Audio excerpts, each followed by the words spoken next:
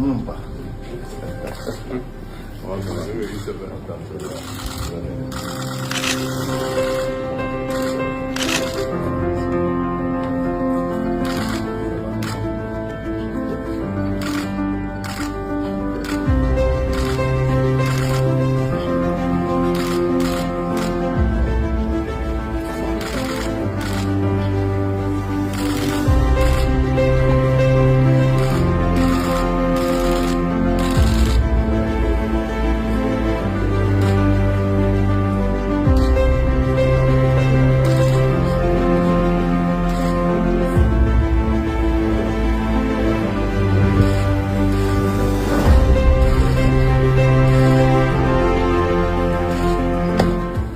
Voilà, Monsieur le Premier ministre, bienvenue.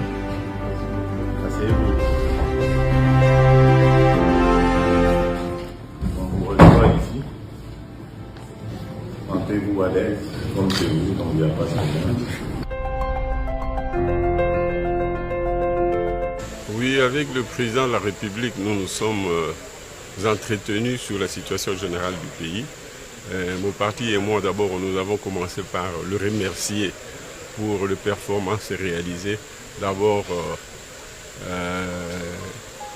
de manière générale, on le critiquait, on disait de lui qu'il se promenait beaucoup à travers le pays, plutôt à travers les pays étrangers, etc. Mais aujourd'hui, les résultats sont là, à savoir qu'il a réussi avec la communauté internationale d'obtenir que le Rwanda soit compris comme un pays qui agresse la République démocratique du Congo en utilisant des sous-fifres, c'est-à-dire des rebelles qu'il crée sur le terrain.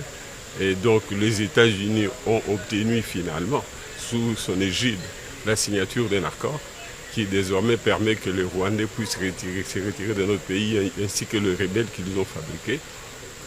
Ils ont obtenu aussi que le Congo mette à sa disposition ses ressources rares, ce qui hier était pillé par le Rwanda comme tout simplement un sous-traitant. Désormais, le Congo va l'exploiter ensemble avec le pays du monde, tous les pays du monde et principalement les États-Unis, qui est le chef de file de cette initiative-là.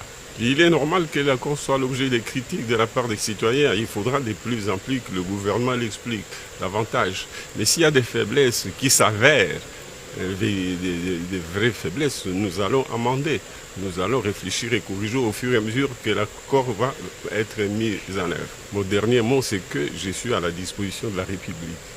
Je propose que le président de la République voit la possibilité d'organiser un dialogue, aujourd'hui ou demain, mais le plus important est qu'il engage des réformes importantes qui permettent de faire avancer le pays.